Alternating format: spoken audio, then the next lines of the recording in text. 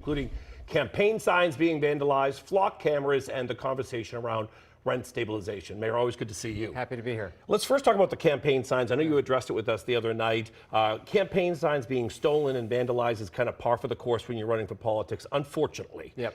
But when it gets into anti-Semitic, that really takes it to a step that really has no business in a political race. That's right. Yeah, I mean, signs get stolen. It's been happening for months. I haven't said a word about it. But just in the last week or so, we had a couple depictions of Hitler and Nazism, some other very well-known anti-Semitic tropes. And when that happens, it's not about me. It's about the fear that that causes in the broader community. And so it affects other people. And so I felt like it was the right time to stand up and say, Providence has no place for hate. There's no place for that kind of speech. The election's in only 4 weeks. If you don't like me, you take it out of the ballot box, as opposed to in hate speech. And this isn't the first time that we've seen this. Unfortunately, we saw it in the Pride Parade, too, a place that you typically wouldn't expect to see it there as well. Yeah, I mean, there's an activist base that I think it's appropriate that community leaders, elected officials, and others stand up to demonstrate what are appropriate norms and educate people about what are examples of hate speech, because I want to believe that many members of our community don't want to be hurting others. And if they have a particular problem with an elected official or a position of power, the way in which to express that is get involved in the campaign, exercise your right to vote, but don't inflict harm on others that I think are probably unintentional targets. Right, and I think sometimes in this political climate, we lose track of what is acceptable and what's not acceptable. Oh, it's very clear nationwide. Things have become more vitriolic, certainly more divisive, and it's my hope and aspiration and belief that Providence can be better. All right, let's talk about something that actually was very celebratory in the city that didn't really get a lot of conversation. It did at the time, but I wanted to bring it up to talk to you a little bit about it, which was the fan zone. Yeah. We had heard from people coming as far as Cape Cod and Boston into Providence, which also opened them up to kind of seeing the city for the first time. That really, despite minor police action, was a pretty good success. Oh my God, it was great. 150,000 people was the final attendance number, and minor police activity. We had 4 people removed because they had too much to drink, but there was no other issues, and it really brought people together in the best way. I think arts, culture, and sports have a unique ability to bring people together, and it also showed that we can do big things. This is the largest event the city has ever run in its history, and so it was a great success, and it has inspired us and community members to think about what could be done next. Right, and that's my question to you, is that area and that kind of base right there is a great spot for people gathering. Yeah. What is the conversation? So nothing else this summer. It took a ton of time and effort, but we're thinking ahead and making plans for next summer, and we're excited to find a new way to bring people together, whether through other sporting events, movies events, live events.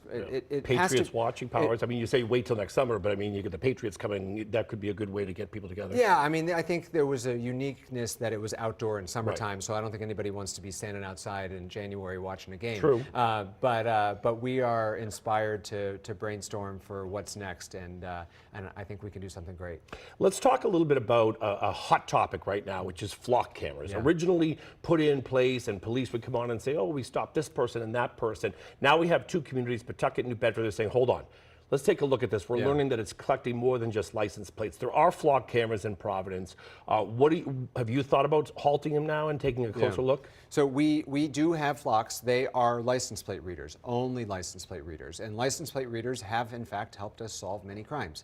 Very high profile at Brown, but also, we had a fatal hit and run on North Main Street 2 summers ago in the middle of the night. There were no other cameras present, no police officers present, and but for the license plate readers, we wouldn't have been able to bring someone to hold them accountable and bring them to justice. And so they are an important tool. We have tightened up our data sharing agreements and are very stringent about which departments, which are only other local and not regional. Federal, because that's a big concern. We don't share with the information feds at all. Coming into feds and helping along with either ICE or DEA. And that's our choice. It's our data, and so we choose to share it with some other local local Rhode Island law enforcement agencies. We share it with the state police, but no federal agencies. agencies, and it's our choice on who we share it with. And if we ever had someone at the other end that we didn't trust who they were going to share it with, we would not share with them. And so I feel like we have the appropriate safeguards in place, but I know Providence is a safer place because of these license plate readers. But there is a pushback, as you know, in these communities because of privacy. Of course, and we've seen really bad examples around the country, but those were choices that those communities made about either how loose their rules were or their agreement was, and I feel confident that our agreement protects people's privacy and in fact makes people in Providence safer and not less safe. Okay, I want to get into rent stabilization, but just quickly, because I know that this is an issue that we've talked about exhaustively, and it may be a defining issue in this campaign. Is there, I guess my question the other day when I was listening to the debate that you were on here at Channel 10, is there any common ground where you can come together and say, okay, we're not going to do rent stabilization for every new building that comes in, but we can do it for like 15% in these particular neighborhoods? Is there any kind of common ground? Yeah, no, we worked on this. The city council had hearings on it. This conversation took 2 years, I think, in Providence. And the root cause of our unaffordability crisis is a shortage of housing. And so any compromise would have to ensure that it didn't slow the growth of new housing. And in every place that rent control has been tried, this isn't some academic thing, this has happened in other cities, new construction has plummeted. Right, but and so, is there like an equation like, okay, 15% of all new buildings will have to be, and there's no kind of... no one has come up with the formula yet. All right. And to get at the actual cause, we need to keep building more housing. All right, 30 seconds to go. The primary is coming up a little bit. Can you explain to people in that time what your executive order on elections is about? Yeah, so we're seeing from the president an intentional effort to stoke fear and undermine confidence in our elections. And so here in Providence, we're going to make clear that the new state law around a 200-foot buffer zone for any federal agencies is enforced. Providence Police will be present to provide a sense of safety.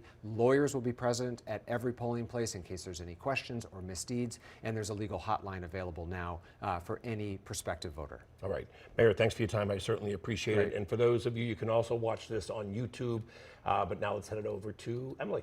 All right.